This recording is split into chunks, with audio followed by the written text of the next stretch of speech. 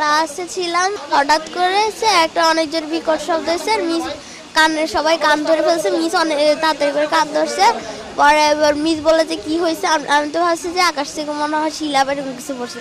পরে আমরা যখন বেরোইছি দেখি যে যেখান দিয়ে আমরা সিঁড়ি দিয়ে ক্লাসে উঠি সেই সিঁড়ির জায়গাটা পুরোটা পুড়ে গেছে। আর সিঁড়ির ওই পাশে কিছু 7-8-এর ছেলেরা পড়তো, ওদের ইয়েটা পুরো পুড়ে গেছে।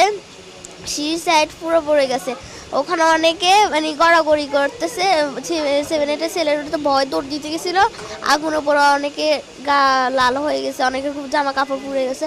তারা মাটিতে শুয়ে শুয়ে গড়াগড়ি করতেছে। আমাদের লর্ড মিস বলতেছে যে তো আমরা সিঁড়ির দিকে দৌড় দিতে। আমরা ভাবছি যে মিস যেটা বলছে এটাই ঠিক। আমরা সিঁড়ির দিকে দৌড় দিছি। মিস বলছে আগুন নিভে গেছে, ধোঁয়া উঠতেছে। আমরা ওখানে গেছি, গ্যাস ছড়ে দিছিল। পরে মিসে একজনের গায়ে পড়ে গেছে, আবার একটা